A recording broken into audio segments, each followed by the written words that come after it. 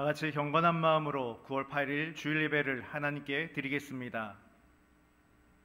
내가 여호와를 항상 송축하며 내 입술로 항상 주를 찬양하리이다.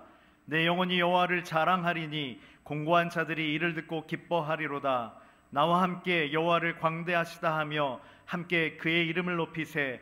내가 여호와께 간구하매 내게 응답하시고 내 모든 두려움에서 나를 건지셨도다. 아멘.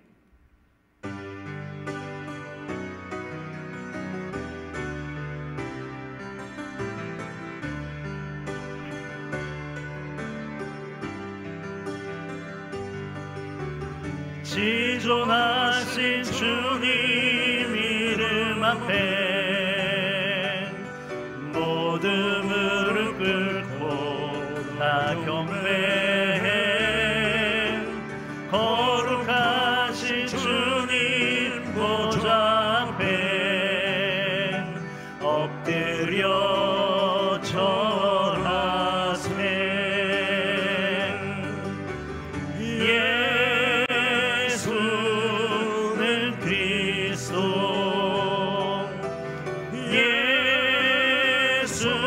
예수는 주 하나님의 영으로 경배드리리.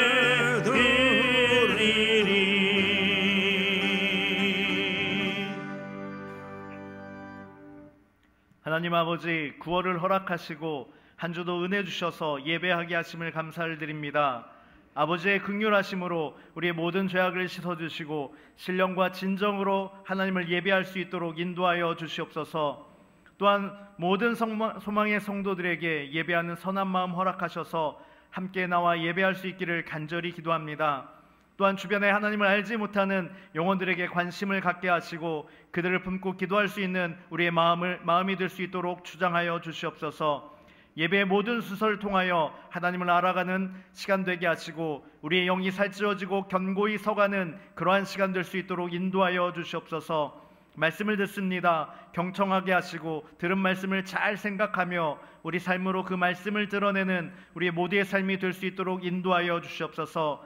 언제나 함께 하시는 하나님께 감사를 드리며 예수님 이름으로 기도합니다. 아멘.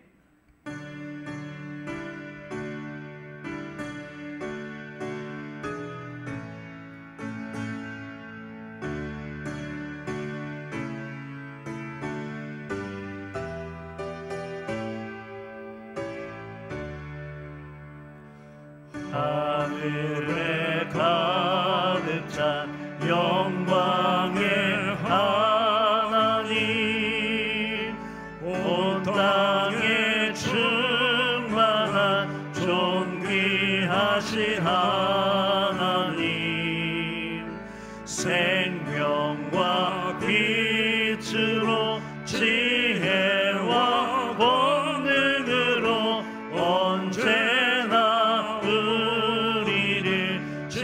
지키시는 하나님, 성부와 성자와 성령 삼위의 하나님, 우리 예배를 받아주시옵소서.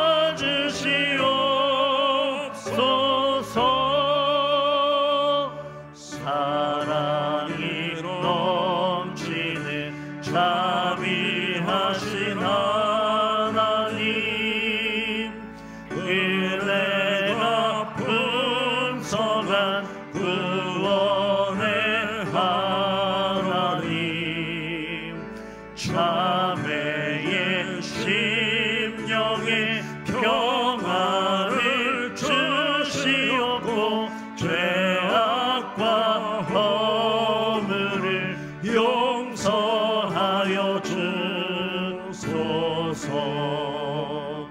찬송과 영광과 생명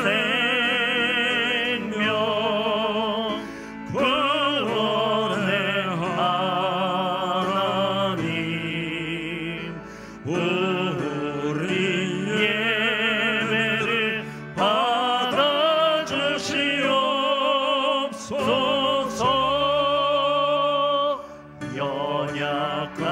심령을 굳게 세워주시고 우둔한 마음을 지혜롭게 하시고 주의 뜻 받들어 참되게 살아가며 주 말씀 따라서 용감하게 하소서.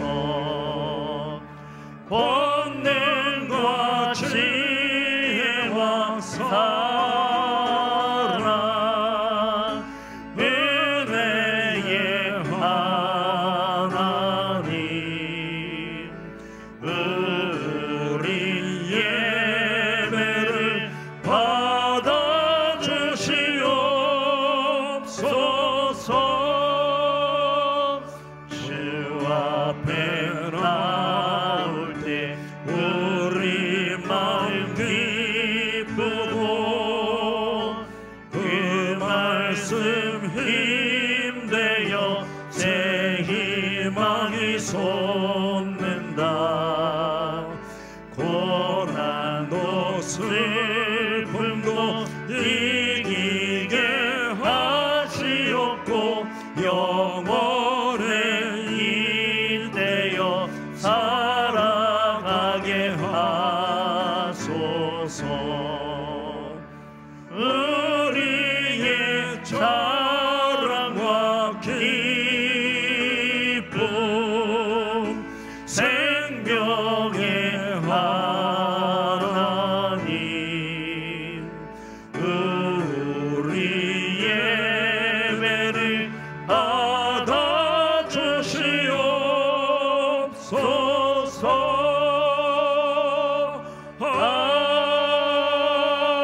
아멘.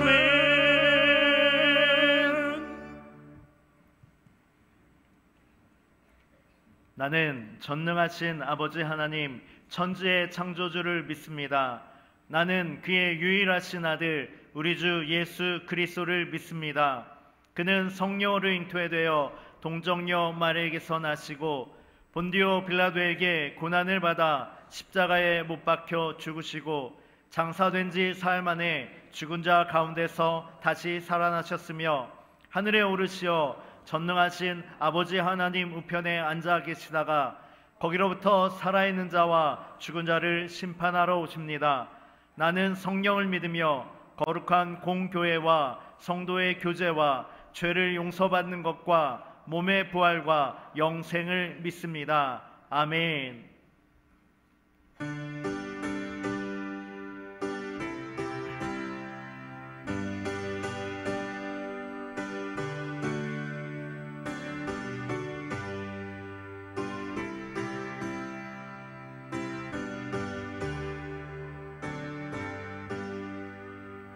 날 위하여 십자가에 중한 고통 받으사 대신 주는 주 예수의 사랑하신 은혜여 보배로운 피를 흘려 영영 죽을 죄에서 구속함을 받은 우리 어찌 찬양 안 할까.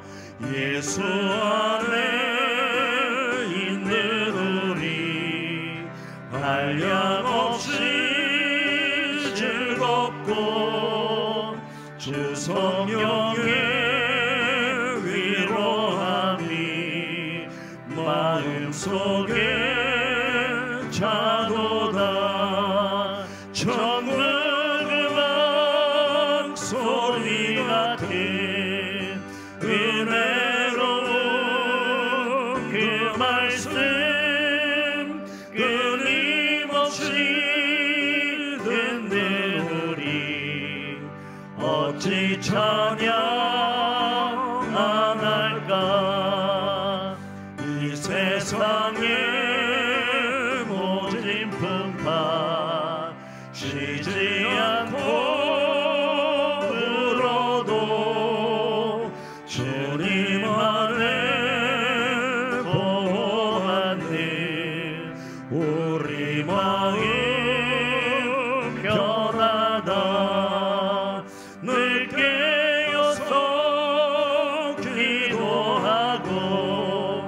저 천국을 바라며 주님만을 기다리니 어찌 찬양 안 할까.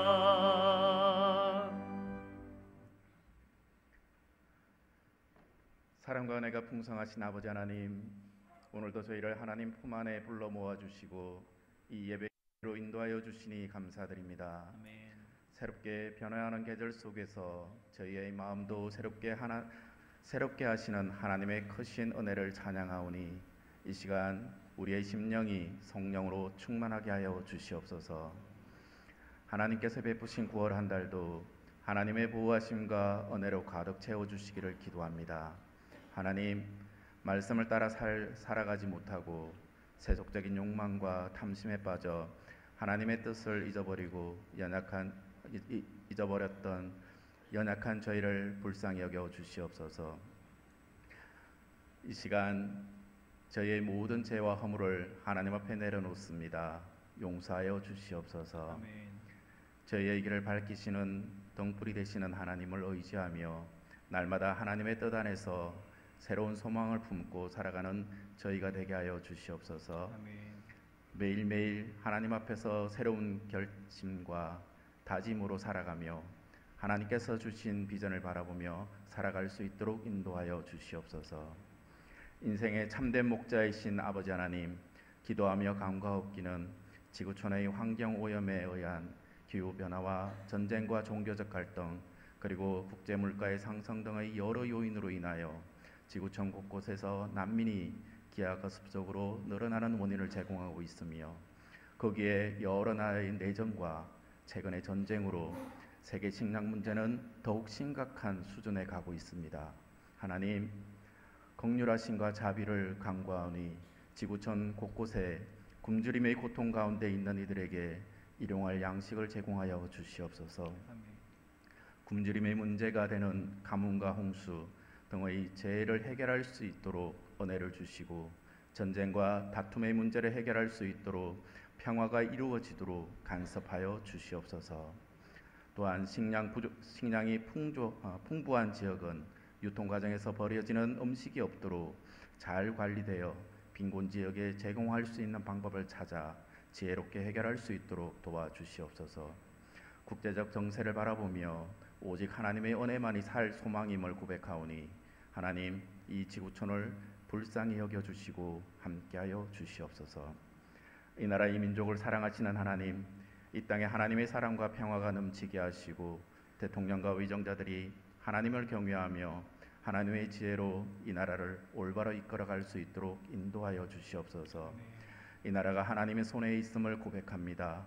정치, 경제, 사회적으로 많은 어려움과 혼란이 있지만 하나님께서 이 나라를 지켜주시고 붙들어 주시면 위기 중에서도 우뚝 서는 강한 나라가 될 수 있음을 믿습니다. 위정자들에게 지혜와 명철을 주셔서 하나님의 공의와 정의가 이 땅에 온전히 이루어지게 하시고 이 나라의 지도자들이 사리사욕에 치우치지 않고 국민을 위해 헌신하며 올바른 결정을 내릴 수 있도록 인도하여 주시옵소서. 아멘. 또한 북한의 형제자매를 기억해 주시고 그들이 겪고 있는 고통과 어려움 속에서도 하나님의 은혜와 평강이 임하게 하여 주시옵소서. 속히 이 땅에 복음의 통일이 이루어져 남과 북이 함께 하나님을 섬기며 하나님의 나라를 세워갈 수 있도록 인도하여 주시옵소서. 자비로우신 아버지 하나님, 소망계를 세우시고 이 지역과 세상 가운데 복음을 전할 수 있는 사명을 맡겨주심을 감사드립니다. 우리 교회가 하나님의 말씀 위에 굳건히 서서 하나님의 사랑을 전거하며 이웃을 섬기는 공동체가 되게 하여 주시옵소서. 세상의 유혹에 흔들리지 않고 오직 하나님의 뜻을 따라가며 하나님의 사랑을 전하는 복된 교회 되게 하여 주시옵소서. 하반기에 진행하는 50대를 위한 수련회와 이웃 초청의 날을 계획 중에 있습니다. 이 모든 예배와 행사 가운데 함께하여 주시어 풍성한 열매의 결실이 있게 하여 주시옵소서. 모든 성도들이 하나 되어 하나님의 사랑과 은혜를 나누며 서로를 격려하고 위로하는 공동체로 성장케 하여 주시옵소서. 우리에게 생명과 복음, 축복을 주시는 아버지 하나님, 예배 가운데 함께하여 주시고 하나님의 언약의 말씀을 목사님을 통하여 듣는 우리에게 은혜를 베풀어 주셔서 저희 모두가 하나님의 자녀로서 이 땅에서 하나님의 뜻을 이루기 위해 깨어 기도하는 자들이 되게 하여 주시옵소서. 하나님의 진리의 말씀을 통해 저희의 영혼이 새롭게 되며 삶 속에서 실천할 수 있는 은혜를 허락하여 주시옵소서. 언제나 지켜보아 주시며 은혜 감사드리며 우리를 구원하신 예수 그리스도 이름으로 감사 기도드립니다. 아멘.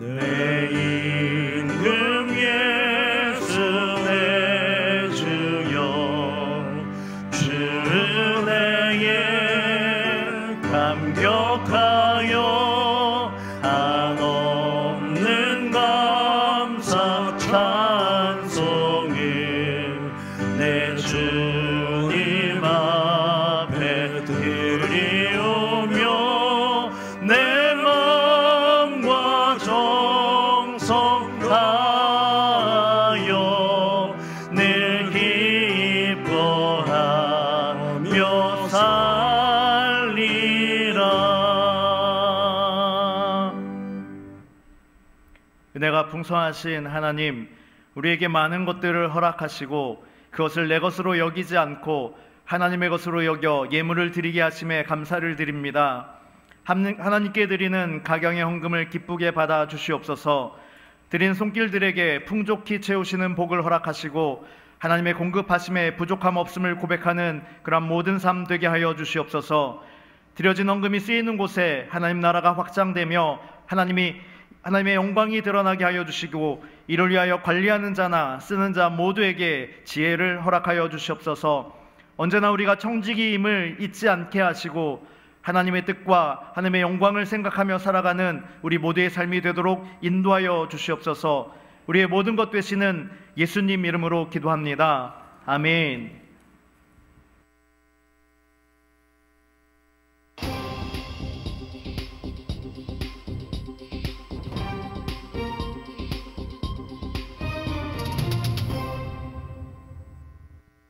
안녕하세요. 9월 둘째 주 소망 뉴스를 전해드리겠습니다. 첫 소식입니다. 소망의 모든 식구들은 하반기의 바자회, 심령 부흥회, 간증 집회, 추수감사절 축제 등등의 행사를 통하여 전도에 집중하여 살아가야 합니다. 모든 일에 적극적으로 동참하여 올해는 기필코 1인 1명 전도를 달성하도록 합시다. 기도하시며 준비하셨다가 9월 15일까지 이후 초청 카드를 내주시기 바랍니다. 어제부터 2024년 2학기 소망 뮤직 잉글리시 아카데미가 시작되었습니다. 수강생 모두 열심히 배워 좋은 열매가 있기를 바랍니다. 오늘 바자회 농산물부에서 추석 용품을 선주문 판매하고 다음 주일에는 송편을 판매합니다. 많은 관심과 이용을 부탁드립니다. 오늘 바자회 공산품부에서 명절 용돈 봉투를 판매합니다. 1층 로비에 바자회 기증품함을 마련해 두었습니다. 의류와 공산품을 많이 기증해 주시고 깨끗하게 세탁되고 파손되지 않은 물품들로 기증을 부탁드립니다. 여러분의 기증으로 바자회가 더욱 풍성해집니다. 많은 기증을 부탁드립니다.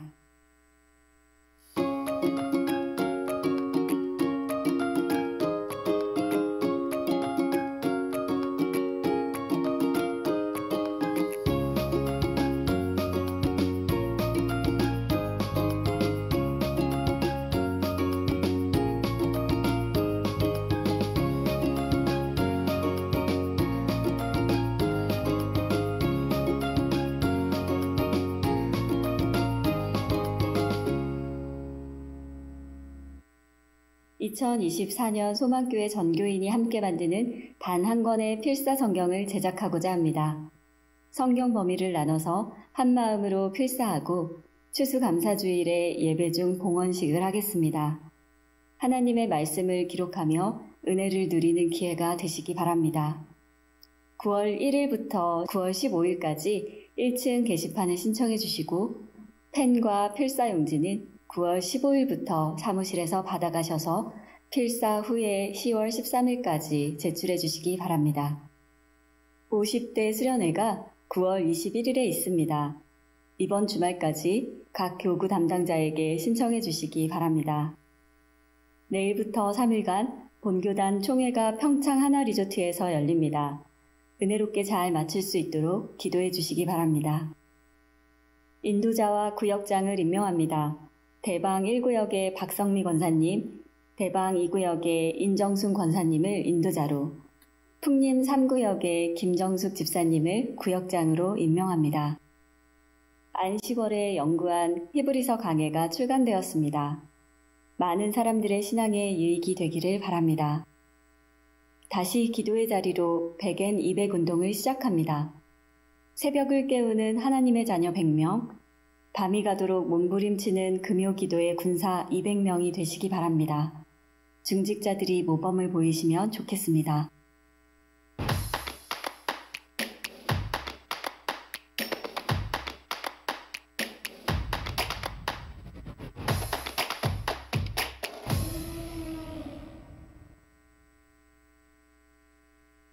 (2024년) 표어는 사도행전의 역사를 이어가자입니다. 4대 실천 목표를 따라 삶으로 표어를 이룰 수 있도록 합시다. 추석 가정예배 모범이 나왔습니다. 가정당 몇 장씩 가져가셔서 추석에 이대로 예배드리시길 바랍니다. 인도자 교육이 매주 화요일 저녁 9시에 줌으로 있습니다. 많이 참여하여 은혜 받은 것을 나누시기 바라고 구역원들은 모이는데 힘을 쓰시기 바랍니다. 가을철 어머니 기도회가 수요일 오전 10시 30분에 있습니다. 소망교회 모든 어머니들은 기도로 자녀의 앞날을 준비합시다. 시간을 내어 기도하는 어머니가 가장 훌륭한 어머니입니다. 내일부터 3일간 일본의 홍덕표 선교사가 교인들 4명과 함께 한국을 방문합니다. 위하여 기도해 주시기 바랍니다.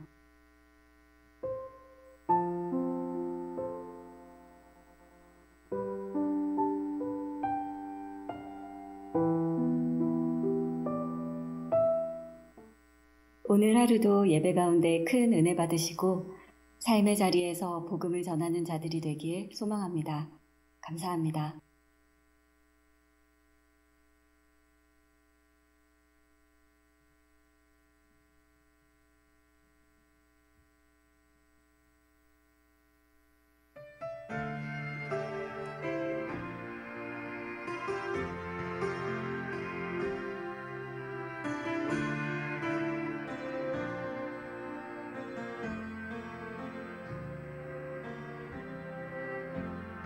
주님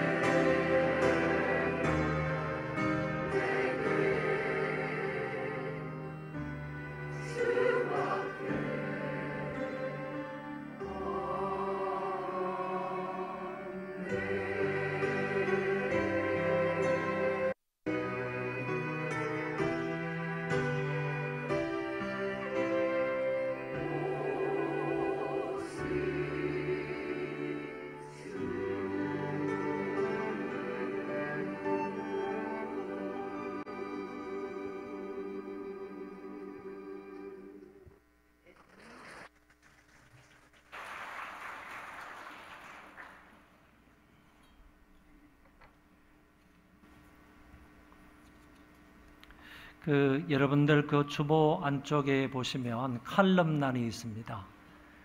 지난주에 나왔던 그 칼럼 같은 것도 이 전도 전략에 관한 것이니까 여러분들이 좀 읽어 보실 필요가 있고, 이번 주보에 나온 칼럼의 제목이 뭐냐 하면은 40억 원을 불태운 쇼킹한 사건, 이겁니다. 이 사건이 어떤 사건인지 여러분들이 한번 좀 읽어 보시면 우리가 무엇을 어떻게 해야 하는지 이런 부분에 대한 대안을 찾을 수 있으리라 생각을 합니다. 새롭게 전도할 사람들을 여러분 이웃 전도 카드에, 이웃 초청 카드에 잘 기록을 해서 9월 15일까지 내주시면 감사하겠습니다. 그리고 오늘 교회 마당에서 바자의 물품을 판매하고 있습니다. 이 추석을 앞두고 추석에 필요한 그런 물품들을 일부 판매하고 있으니까 많이 이용해 주시기를 바라고, 아울러서 바자회 공산품부에서 예쁜 봉투를 만들었습니다. 예쁜 봉투를 만들어서 추석 때 선물을 주려면 기왕 예쁜 곳에 담아가지고 선물을 드리면 더 좋겠다, 이런 바람에서 공산품부에서 바자회의 일품으로 이렇게 제품을 만들었으니까 저도 보니까 아주 너무 예쁘게 그 봉투를 잘 만들었더라고요. 오늘 2부 예배 때는 우리 어르신들이 많이 나오셨는데 이렇게 하시면 어떨까, 이런 생각이 듭니다. 우리 어르신들이 그 예쁜 봉투를 하나나 두 개나 사는 겁니다. 그래서 자녀들에게 주면서 내가 교회 가서 보니까 너무 선물을 담을 수 있는 예쁜 봉투라서 2개 샀는데 네가 이것을 잘 활용하기를 바란다, 이렇게 해서 이렇게 하면 그것이 여러분들에게로 다시 돌아오지 않을까, 이런 생각이 듭니다. 그래서 저도 2부 예배 마치고 나서 2장을 살 생각입니다. 그래서 하나는 아들에게 주고 하나는 또 딸에게 줘가지고 예쁜 봉투가 있어서 샀다고 쓸 데 있으면 써라, 이렇게 주려고 생각하고 있습니다. 너무 예쁜 봉투예요. 그러니까 여러분들 사서 유용하게 활용을 하시면 좋겠습니다. 그리고 1층 로비에 그 바자회 기정물품이 있습니다. 기정물품이 있으므로 여러분 지금부터 시작해서 빠른 시간 안에 여러분들이 입고 있던 옷이나 아니면 가방이나 또는 신발이나 여러 가지 물품들, 주방용품이나 쓰지 않는 그런 물품들, 그런 것들을 여러분들이 잘 손질해서 기증을 해주시면 우리가 팔아서 바자회에 많은 수익을 얻을 수 있습니다. 우리가 작년에 바자회를 하고 남아서 그 옷들을 이렇게 좀 분리를 해놨는데, 특별히 여름 옷을요, 큰 새 박스로 이렇게 분리를 해놨다가 그거를 지난번에 비즈니스 선교회가 필리핀에 갈 때 그거 일부를 가져갔어요. 그랬더니 거기에서 연락이 왔습니다. 비즈니스 선교회를 통해서 소망교회 바자회 물품을 받았는데 그걸 가지고 거기에서 벼룩시장을 했다는 거예요. 그래서 사람들에게 그걸 팔았는데 무려 100만 원의 수입을 얻었답니다. 그래서 그걸 가지고 우리보다 더 수익이 많은 것 같아요. 100만 원의 수입을 가지고 그쪽에 교무실을 짓는데 사용하겠다, 이렇게 연락이 왔습니다. 자, 이렇게 해가지고 바다에 쓴 물건을 우리가 다 팔지 못해서 남은 그런 물건도 이렇게 또 보내니까 유용하게 사용이 되니까 여러분들 집에 있는 거 여기 아까 광고에는 조금 뭐 더럽고 지저분한 그런 물품들은 내지 말라 이렇게 광고가 왔는데 명품은 괜찮습니다. 명품은 조금 더러워도 괜찮으니까 그런 옷들이나 아니면 가방이나 신발 이런 거 조금 뭐 찢어지고 그래도 여러분들이 내주시면 우리가 잘 팔아가지고 수입을 얻어서 불우한 이웃들을 도와드리도록 하겠습니다. 적극적으로 동참해 주시기를 바라고요. 내일부터 3일간 본교단의 총회가 있는데 우리 교회에서는 저와 우리 전육일 장로님, 양정우 장로님 세 분이 참석을 합니다. 3일간 그냥 아침부터 저녁까지 회의만 하는 겁니다. 이게 굉장히 힘듭니다. 앉아 있는 게 이게 보통 힘든 게 아닙니다. 위에서 기도해 주시기 바라고, 저는 또 둘째 날 아침에 제가 총대원들 앞에서 설교를 합니다. 그래서 저를 위해서도 기도해 주시면 감사하겠습니다.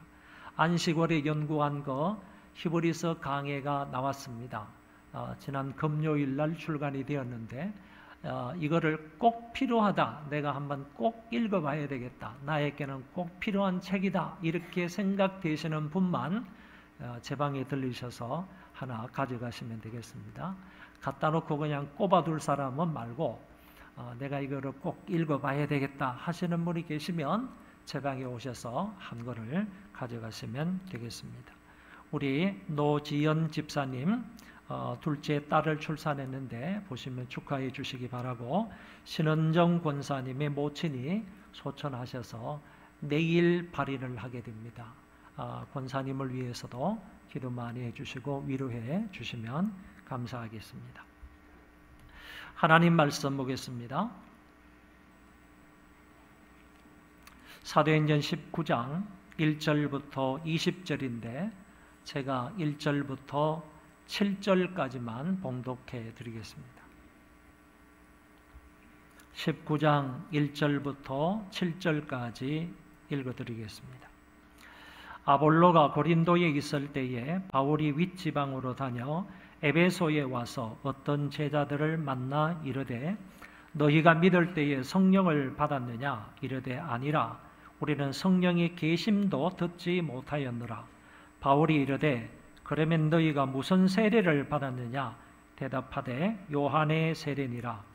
바울이 이르되 요한이 회개의 세례를 베풀며 백성에게 말하되 내 뒤에 오시는 이를 믿으라 하였으니 이는 곧 예수라 하거늘. 그들이 듣고 주 예수의 이름으로 세례를 받으니 바울이 그들에게 안수하며 성령이 그들에게 임하심으로 방언도 하고 예언도 하니 모두 12사람쯤 되니라. 아멘.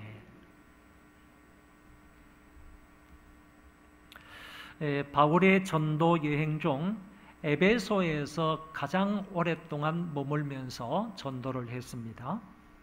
2차 때에는 잠깐 들렸다가 지나갔지만 3차 때에는 이곳에서 3년간 머물면서 복음을 전하게 됩니다.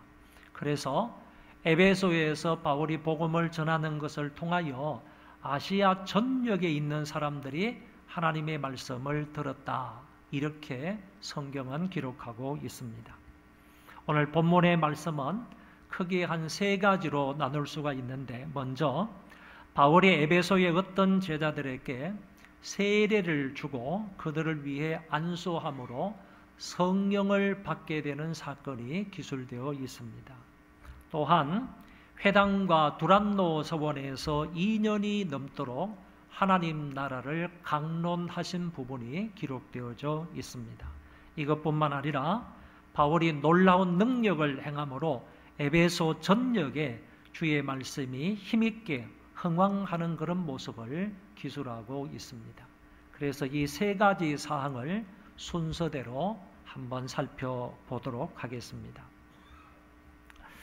아볼로가 에베소를 떠나가서 아가야로 갔습니다. 그리고 난 이후에 바울이 에베소에 도착해서 본격적으로 제3차 전도 여행 가운데 에베소에서 사역을 하게 되었습니다.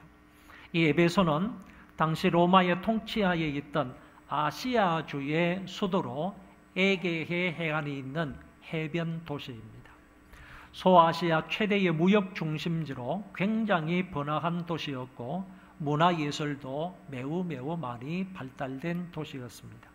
그 당시 인구가 자그마치 50만 명이나 되었다고 합니다. 우리 시흥시의 인구가 어제까지 살펴보니까 51만 8천 명입니다.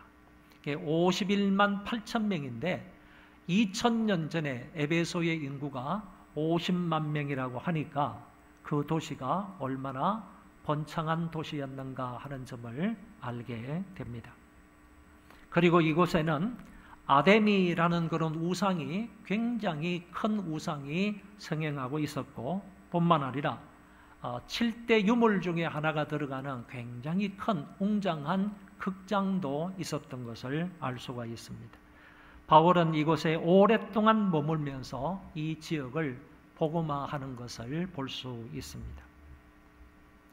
에베소 지역의 사람들도 아볼로처럼 요한의 세례만 알 뿐이었지 성령 세례는 잘 몰랐던 것 같습니다. 그래서 바울이 이 지역에 도착해서 믿는다고 하는 그 신자들에게 말하기를 너희가 믿을 때에 성령을 받았느냐라는 질문을 합니다. 만약에 이들이 믿었다고 한다면, 다시 말해서 정확하게 예수 그리스도를 믿고 구원을 받았다고 한다면 하나님께서 그런 사람에게 성령을 선물로 주시기 때문에 성령의 내주하심을 충분히 알 수가 있었을 터인데, 믿는다고 하면서도 이 사람들이 성령 세례, 성령 역사, 성령의 충만에 관해서 전혀 알지 못하였기 때문에 바울이 이 영적인 사항을 감지하고 나서 이렇게 물었던 것입니다. 너희가 믿을 때에 성령을 받았느냐? 성경에 분명히 어떤 제자들에게 이런 질문을 했기 때문에 이 제자가 누구의 제자인지는 모르지만은 믿는다고 하는 사람이고 믿는다고 하는 사람이지만 성령을 경험하지 못한 사람이라고 말할 수 있습니다. 여러분, 바울은 에베소에 이르러서 제일 첫 번째 그런 사람들을 향하여서 너희가 믿을 때에 성령을 받았느냐라고 질문을 했는데, 그들은 우리는 성령이 있음도 듣지 못하였다, 이렇게 대답을 했습니다. 이것은 성령의 존재에 대해서 듣지 못하였다 하는 그런 말이 아니고, 성령께서 지금도 현존하시면서 역사하시는지, 그리고 성령의 그 강한 역사, 성령의 충만한 역사를 우리는 듣지 못했다 하는 의미의 말입니다. 그들은 물 세례는 알았지만 성령 세례는 전혀 알지도 못하였고 경험하지도 못하였습니다. 이제 그들은 바울의 복음을 새롭게 듣고 다시 주 예수의 이름으로 세례를 받게 됩니다. 이것은 신약 성경에서 유일하게 제세례에 관한 거 잘 들으셔야 됩니다. 제세례, 2번 세례를 받는 것에 대한 기록이 오늘 본문에 분명히 나타나고 있습니다. 바울이 앞에서 무슨 세례를 받았느냐라고 말했을 때 그들은 분명히 요한의 세례다라고 말을 했습니다. 그러니까 이 질문을 받던 사람들은 이미 요한의 물세례는 받았다, 그런 얘기입니다. 그럼에도 불구하고 이 바울이 그들을 향해서 예수의 이름으로 세례를 주었다, 이렇게 말씀하시는 것을 볼 때 앞에 한번 세례를 받았는데 세례를 받은 사람에게 또다시 그리스도의 이름으로 세례를 주는 제세례에 관한 기록이 남아 있다, 그런 얘기입니다. 그러면 성경은 제세례를 주장하느냐라고 할 때 그렇지 않다라는 얘기입니다. 성경은 결코 제세례를 주장하지 않습니다. 그러면 이곳에서의 제세례를 어떻게 이해할 수 있겠는가? 이것은 초대교회의 과도기적인 상황으로 이해를 하고 요한의 물세례는 받았으나 참 신앙을 모르는 그들에게 교훈적으로 일시적으로 준 것뿐이다, 이렇게 이해를 한다는 것입니다. 그리고 고린도전서 1장의 말씀을 근거하여 볼 때 바울이 이때 직접적으로 그 사람들에게 세례를 준 것이 아니라 어떤 다른 사람들이 그들에게 세례를 주었다 하는 사실을 알게 됩니다. 그러므로 이 구절을 근거로 해서 제세례파에서 말하는 제세례를 주장할 수는 없다라고 말할 수가 있는 것입니다. 세례 후에 바울이 12명의 성도들에게 안수를 했더니 성령이 그들에게 임하시었고 그들은 방언도 하고 예언도 하게 되었습니다. 여기에서 말하는 방언은 사도행전 2장에서 나타난 방언하고 차이가 있습니다. 사도행전 2장의 방언은 다른 언어로서의 방언이지만 여기서의 방언은 신령한 언어로서의 방언입니다. 한번 따라하겠습니다. 다른 언어로서의 방언. 이거는 외국어라는 얘기입니다. 그 다음에 신령한 언어로서의 방언. 그러니까 외국어로서의 방언은 사도행전 2장에 일어난 그 방언이라는 것이고, 그리고 신령한 언어로서의 방언은 오늘 본문에 나타난 방언이다, 이렇게 얘기할 수 있습니다. 그러면 다른 언어로서의 방언의 은사가 주어진 목적은 다른 사람들에게 복음을 전하기 위함이라는 것이고, 신령한 언어로서 방언의 은사가 주어진 것은 나와 하나님 사이에 깊은 영적인 교제를 위하여서 주어진 은사다, 이렇게 말할 수가 있습니다. 지금에 일어나는 모든 방언의 은사는요, 두 번째, 신령한 언어로서의 방언이다. 그래서 지금 교회에 주어지는 이 방언의 은사가 있을 때 그 은사를 통하여 방언의 은사를 받은 사람이 하나님과 영적으로 깊은 신령한 교제를 나누게 하기 위해서 하나님께서 그런 은사를 주신 것이다 라고 말할 수가 있습니다. 그리고 여기에 나타나 있는 예언의 은사라는 것은 다른 사람들의 앞일에 관하여서 미리 예견해 주는 것을 말할 수도 있고, 더 나아가서 하나님의 이 계시의 말씀을 다른 사람들에게 잘 풀어서 해석해 주는 은사를 예언의 은사다, 이렇게도 말할 수가 있는 것입니다. 현대에 와서 예언의 은사가 있다는 것은 다른 사람의 앞길을 마치 예견해 주는 그런 은사라고 보기보다는 오히려 하나님의 말씀을 하나님의 말씀대로 잘 해석해 주고 풀어서 가르쳐 주는 그런 은사를 예언의 은사다, 이렇게 말할 수 있는 것입니다. 성령이 임하시고 그들에게 은사가 나타난 이와 같은 역사가 사도행전의 기록에 보면 몇 번 나타나고 있습니다. 첫 번째 성령 강림 사건은 예루살렘 다락방에서 일어났고요. 두 번째는 예루살렘의 한 모임에서, 교회에서 위험에 처해 있는 교인들을 위해서 함께 기도했을 때 하늘이 갈라지고 그곳 성령의 충만함이 임하여서 땅이 진동하며 성령의 역사가 일어났던 것을 볼 수 있습니다. 3차는 사마리아 성에서 일어났고 4차는 고넬료의 집에서 일어났으며, 이제 오늘 본문에 있는 이 성령 강림 사건은 제5차가 되겠습니다. 이 제5차가 바로 에베소에서 일어났기 때문에 이 에베소에서 일어난 성령 강림 사건을 일컬어서 에베소의 오순절이다, 이렇게 말하기도 합니다. 마가의 다락방에 임하신 성령 충만하심과 오늘 에베소에 임하신 하나님의 성령께서 오늘 우리가 머물고 있는 이곳에서도 강하게 일어나고 은사도 충만해지는 역사가 있기를 바랍니다. 우리의 가정에도 이와 같은 성령 강림의 역사가 있기를 바라고요. 우리 교회와 그리고 이 나라 이민족 위에도 성령의 강한 역사가 일어나기를 소망합니다. 다음 문단은 바울이 회당과 두란노 서원에서 전도하는 기사입니다. 그는 에베소 회당에서 하나님 나라를 강론했습니다. 무려 석 달 동안이나 회당에 들어가서 하나님 나라를 지속적으로 강론한 것입니다. 예수님도 보면 제일 첫 번째 사역을 시작하면서 회개하라 천국이 가까이 왔느니라 라고 말씀하시면서 하나님 나라를 선포하시면서 천국을 선포하시면서 그분의 사역이 시작이 되었고, 성천하시기 직전에, 하늘나라로 올라가시기 직전에도요, 성경에 보면 예수님은 하나님 나라를 가르치시고 선포하셨다고 하셨습니다. 그러니까 예수님의 사역 처음부터 끝까지 일관된 주제는 하나님 나라였다 하는 점을 알 수가 있습니다.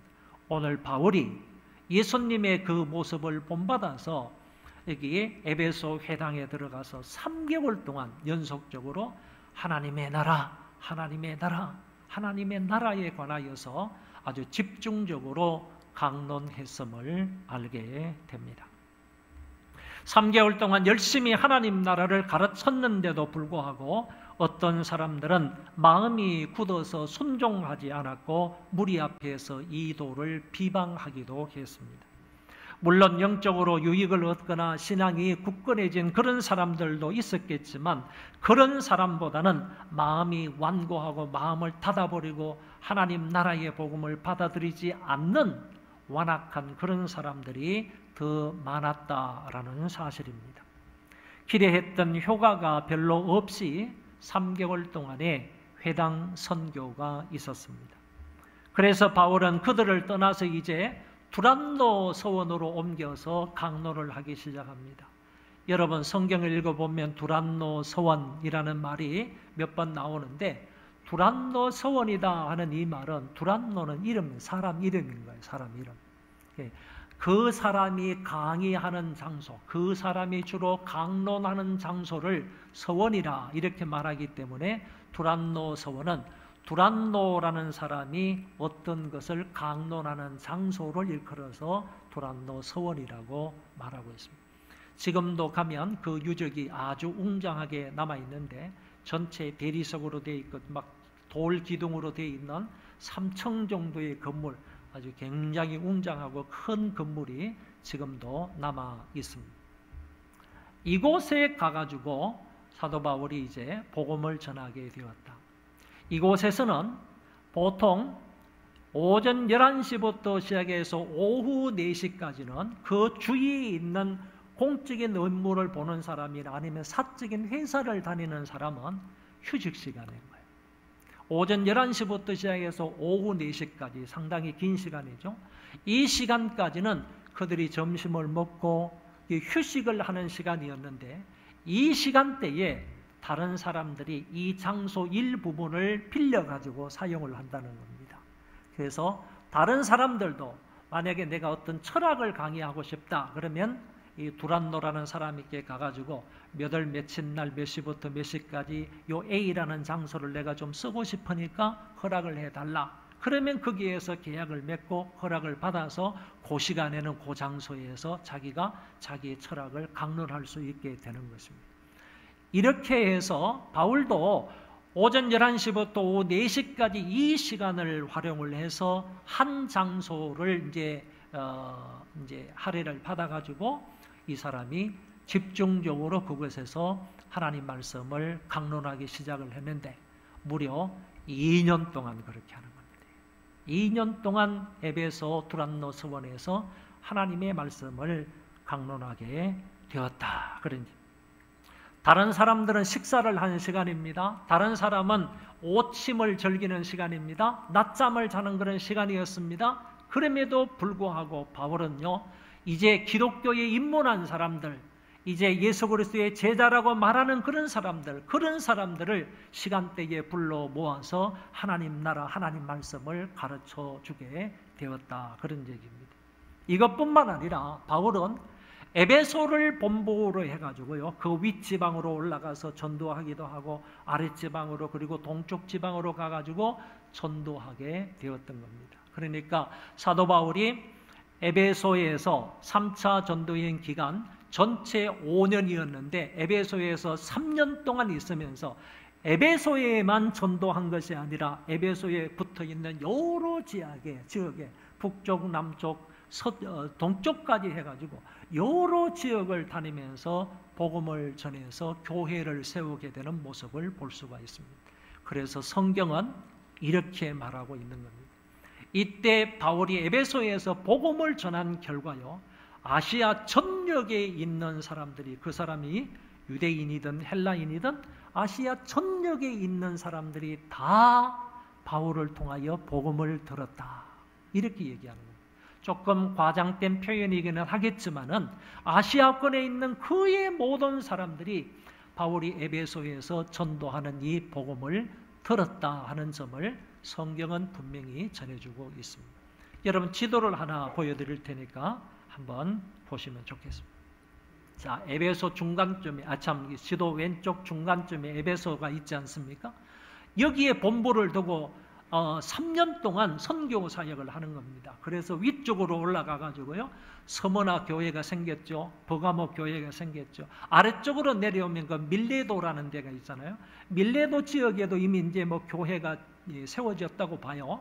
그리고 복음이 전파되었다고 보고요.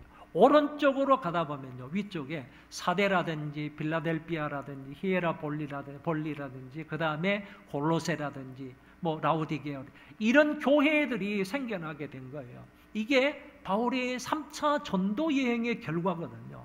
여러분 가만히 보세요. 이런 넓은 지역에, 이 아시아 넓은 지역에요, 에베소를 중심으로 해서 바울이 복음을 전도하는 것을 통하여 복음이 확산되었고 하나님의 교회가 곳곳에 세워졌다는 말입니다. 히에라볼리가 있잖아요. 오른쪽에 파묵갈레라 되어 있지 않습니까?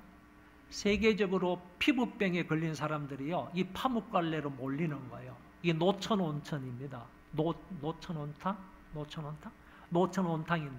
노천탕인데요. 뭐 굉장히 이 물의 그 수질이요, 온천수로서 굉장히 좋은 그런 물이라고 합니다. 저도 여기 가가지고 무좀이 있어서 한번 발을 담가 봤는데 아직까지 나은 건 없었어요. 어쨌든 굉장히 유명한 그 파묵갈레라는 그런 온천이 여기 있는데, 그 지역이 바로 히에라볼리인데요. 볼린데 이곳까지 복음이 전파되어서 교회가 세워졌을 것이다, 이렇게 본다는 얘기입니다.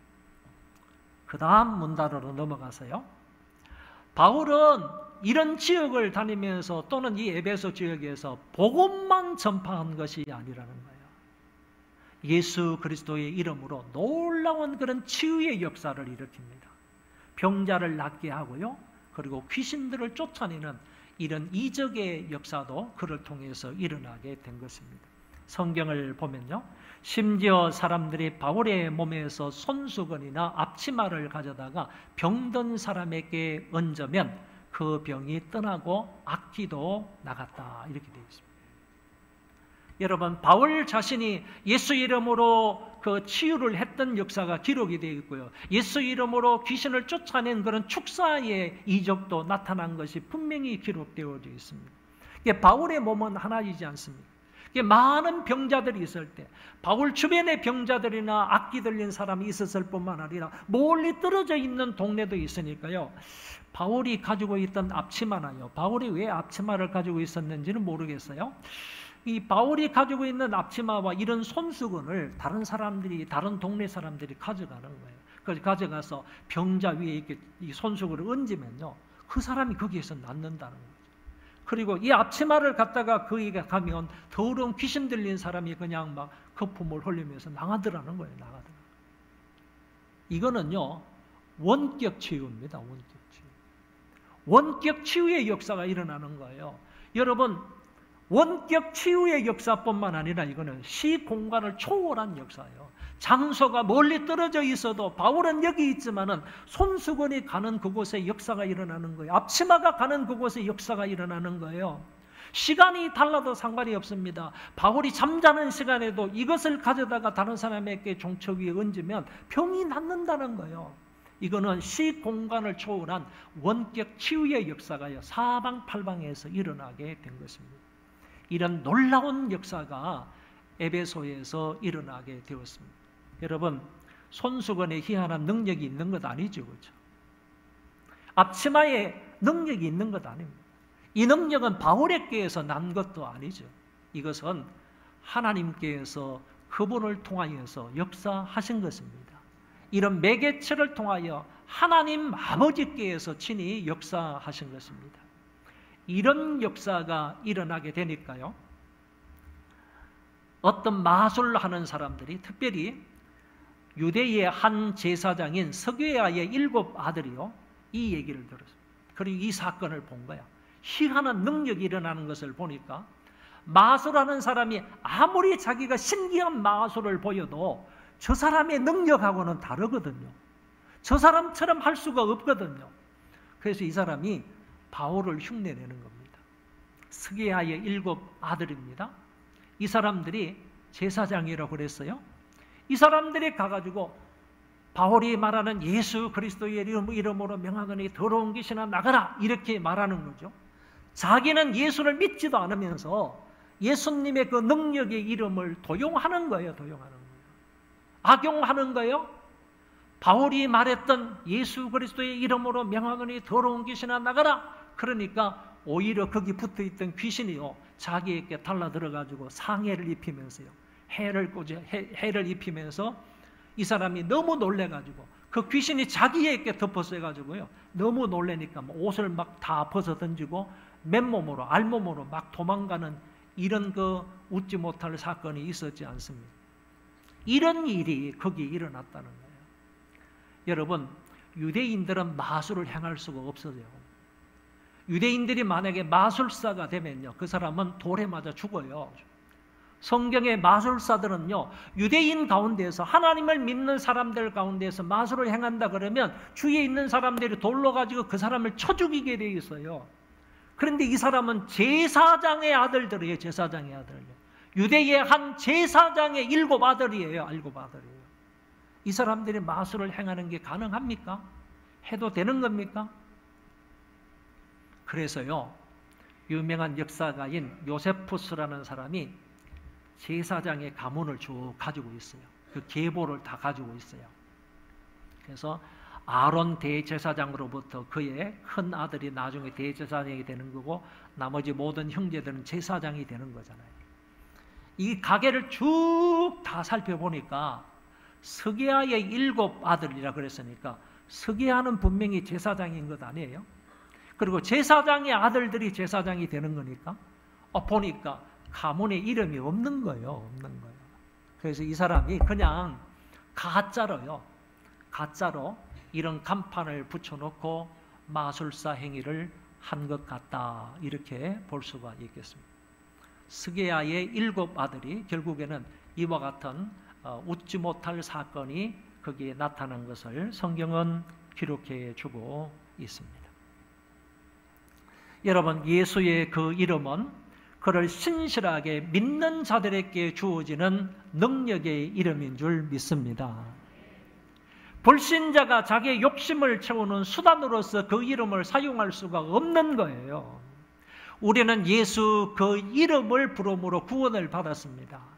우리는 예수 그 이름으로 인하여서 세례를 받았습니다. 우리는 예수 그 이름으로 하나님 아버지께 기도를 드립니다. 우리는 예수 그 이름으로 더러운 귀신을 쫓아낼 수 있습니다. 왜냐하면 예수 그 이름은 능력의 이름이기 때문에 그렇습니다. 우리에게는, 믿는 자들에게는 능력의 그 이름이 되지만은 불신자들에게는 단순히 흉내내는 그 이름이 아니라는 것입니다. 이 사실에 관해서 바울과 그리고 스게아의 7 아들을 통하여서 분명하게 말씀하고 있는 것을 볼 수 있습니다. 이와 같은 역사로, 다시 말해서 바울이 에베소를 중심으로 해서 복음을 담대하게 전파하였고 거기에 따르는 놀라운 이적도 나타나는 것을 통하여 에베소 전역에 대부흥이 일어나게 되었습니다. 성경을 보십시오. 다 같이 한번 읽을까요? 에베소에 사는 유대인과 헬라인들이 다 이 일을 알고 두려워하며 주 예수의 이름을 높이고 믿은 사람들이 많이 와서 자복하여 행한 일을 알리며 또 마술을 행하는 많은 사람이 그 책을 모아가지고 와서 모든 사람 앞에서 불사르니 그 책값을 계산한 적 은 5만이나 되더라. 이와 같이 주의 말씀이 힘이 있어 흥왕하여 세력을 얻으니라. 아멘.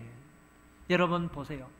이렇게 했더니요, 에베소에 사는 유대인과 헬라인 다 이 일을 알고 두려워하고요, 주 예수의 이름을 높이고 믿은 사람들이 많이 왔어요. 자복했습니다. 뭘 자복했겠어요? 자기의 잘못, 죄를 자복했겠죠.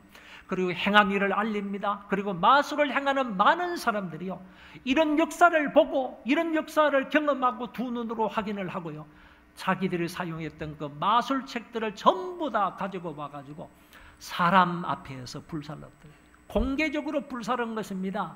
불살랐는데 그 책값을 계산하니까 은 5만이나 되더라. 이와 같이 주의 말씀이 힘이 있어 허망하여 세력을 얻었다.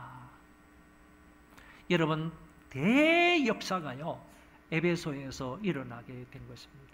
특별히 은 5만이나 해당하는 이 마술책들을 전부 다 모아가지고 한꺼번에 불태움으로 인하여서요, 이제 마술은 하지 않겠다라는 그들의 단호한 결심이 표현되어 있는 것을 읽어볼 수 있어요. 은 5만은 어느 정도 되느냐라고 하면 한화로 계산을 해보니까 여러분 40억이 넘더라고요. 한 사람이 하루 일당을 8만으로 잡아서 계산을 해보니까 40억이 넘더라고요. 그리고 40억이 넘는 이 엄청난 책값을 다시 역순으로 가가지고 어느 정도 책일까? 제가 이번에 히브리서 강의를 냈는데 히브리서 강의가 300페이지거든요. 300페이지 책값이 24,000원입니다. 24,000원이에요. 그러면 그 반으로 줄여가지고 뭐 15,000원이든 아니면 10,000원짜리 책이라고 하더라도 이렇게 해서 따지니까요, 이게 30만 권 이상이 돼요. 여러분, 책 30만 권 이상이라는 건 엄청난 거거든요. 저보고 책이 많다고 그러는데 저거 2만 권도 안 돼요.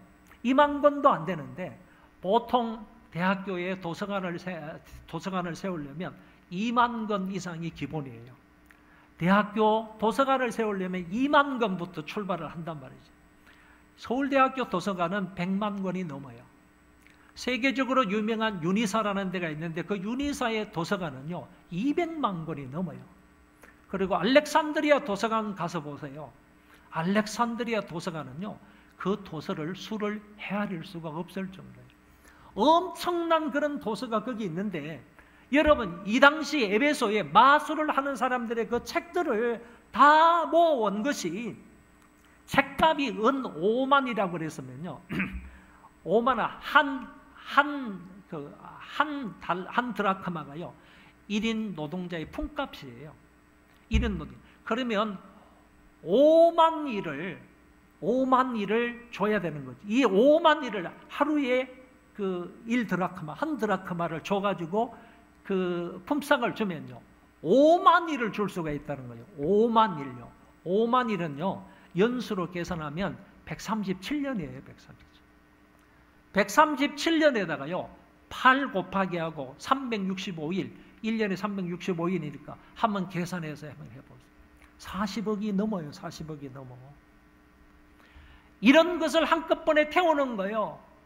태운다는 의미는 무슨 말인가 하면은 이 책을 팔지도 않았다는 거예요. 아니면 창고에 저장해 두지도 않았다는 거예요. 보관해 두지도 않았다는 거예요. 다른 사람에게 나누어 주지도 않았다는 거예요. 가져와가지고 전부 다 공개적으로 이게 불태워버렸다는 것은요, 우리는 다시는 이런 것으로 되돌아가지 않겠다는 결심이에요. 우리는 다시는 마술사의 행위로 돌아가지 않겠다는 거예요. 하나님의 말씀과 대적되는, 반대되는 이런 것으로 돌아가지 않겠다는 거예요.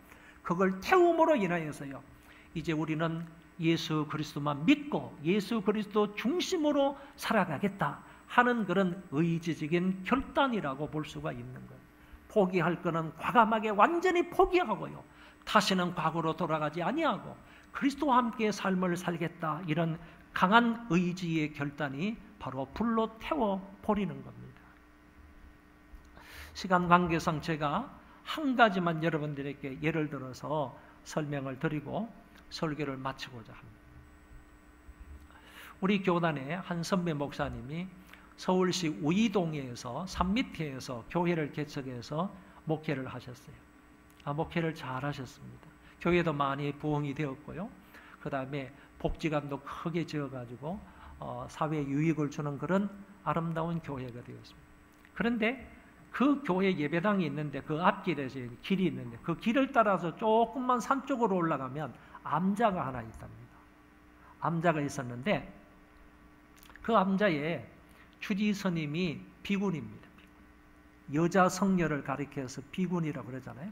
이 여자 성녀이신 분인데 그분이 이제 매일 교회 앞을 이렇게 지나갔다가 뭐 이렇게 다니는 것을 보고 목사님이 저분을 전도해야 되겠다 이런 생각이 들어서 그분에게 다가가지고 예수 믿고 구원 받으세요 이런 말을 이제 자주 했다고. 처음에는 완강하게 거부하던 사람이 계속적으로 복음을 전하고 그러니까 조금 이제 마음이 누그러졌습니다. 마음이 조금 열렸습니다. 어느 날 이분이 찾아와가지고 나도 예수 믿어도 됩니까? 이렇게 말하더라는 거예요. 그래서 그 사람을 불러들여서 차 한 잔을 대접하면서 복음에 대해서 쭉 설명을 하고 예수 그리스도를 영접하는 기도를 했더니 그 비구니가 그 말씀을 잘 받아들이고 아멘 하면서 예수님을 영접했다는 거예요. 그래서 너무 기쁜 마음으로 그 예배당을 떠나서 산사로 올라갔다는 얘기인데 그 이후 조금 있다가 이 스님이 찾아와가지고 목사님 내가 수천만을 들여가지고 저 암자를 이렇게 만들어 놓았고 그 다음에 암자 속에 이 뭐 불공을 드릴 때 있는 뭐 여러 가지 기구들 있잖아요. 뭐 물건들, 기구들 뭐 이런 것들이 많은데 이런 것들을 어떻게 했으면 좋겠냐고 묻더래요. 그래서 목사님이 그거 모두 다 가지고 오라고. 그러니까 이 스님이 인부들을 시켜가지고 니아카를 동원해가지고요. 그쪽이 산속이니까 니아카를 동원해가지고 몇 니아카를 동원해서요. 거기에다 다 자기가 쓰던 거 절에서 쓰던 거 모든 것을 담아가지고 교회로 가져오고. 그 당시 교회는요 이렇게 소각장이 있어요. 교회 한쪽 구석에 학교에 가면 소각장이 있는 것처럼 그런 소각장이 있어가지고 거기에다가 다 넣고요. 기름을 뿌려가지고 그 모든 것을 다 태워버렸다고.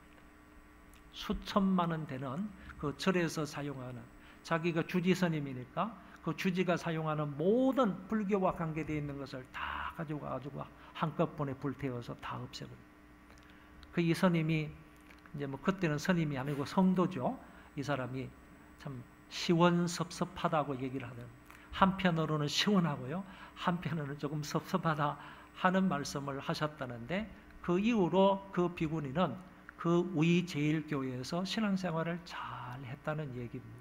이 얘기를 목사님을 통해서 직접 들었습니다. 여러분, 에베소에서 있었던 이와 같은 역사가 한국의 우이동에서 일어나고 있는 거예요. 그 사람이 그렇게 한 것은요, 나는 다시는 불교로 돌아가지 않겠다는 얘기이지 않습니까? 나는 다시는 저런 곳으로 돌아가지 않겠다. 이제 나는 그리스도와 함께 살겠다라는 그런 각오와 결심의 표현이라고 보는 것입니다. 사랑하는 성도 여러분, 자, 우리 9월부터 시작을 해서 11월까지요 4차에 걸쳐서요 우리가 이웃을 초청해서 전도하는 기회로 삼자고 했습니다. 제일 첫 번째 초청해야 할 날이 10월 11일 바자회의 날입니다. 여러분, 정말 기도하면서요 정성을 다해서 정중하게 사람들을 초청해서 대접하고 함께 교제하고 그리고 복음을 전할 수 있는 그런 기회가 되기를 바라고요. 두 번째 초청일이 바로 10월 21일부터 23일까지 안양 갈멜산 기도원의 원장이신 조성근 목사님의 그 아주 주옥 같은 말씀을 듣는 그런 집회가 5차례 있습니다. 새벽에 2차례 있고 저녁으로 3차례 있습니다. 이때에는요 안 믿는 사람도 좋지만은 혹시 믿다가 낙심하거나 시험에 든 사람, 옛날에 교회를 다녀봤는데 교회를 이제 안 다니는 사람, 이런 사람들을 정중하게 초청해서 함께 예배를 드리면서 말씀을 통하여 그 사람들이 변화될 수 있도록 하는 것, 이런 초청의 기회가 주어졌으니까 저와 여러분들 기도하면서 열심으로 전도해서 우리의 복음 전파를 통하여서 바울이 에베소에서 복음 전하는 것을 통하여서 3년 만에 전 아시아 사람들이 복음을 듣게 되었다고 말씀하시는 것처럼 우리의 전도를 통해서요 이 백오 지역 전체, 더 나아가서 시와 지역 전체가 복음을 듣고 하나님 앞으로 돌아오는 이 귀한 역사가 일어나게 되기를 주의 이름으로 축원합니다. 축원합니다. 다 일어나서 찬송하겠습니다.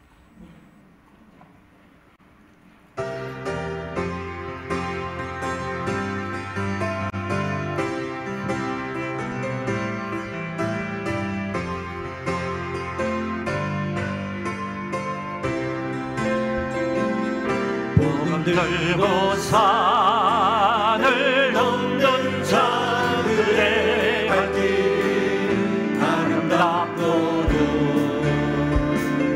아름답도다. 영화 전하며 복된 소식을 외치네. 주다스 되시네.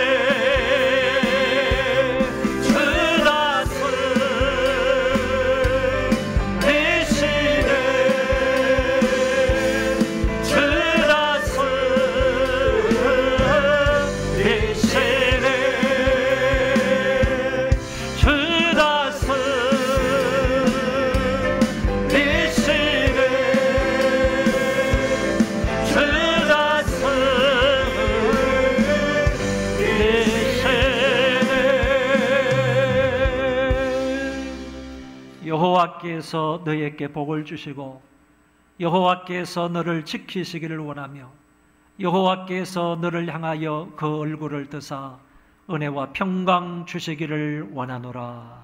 아멘.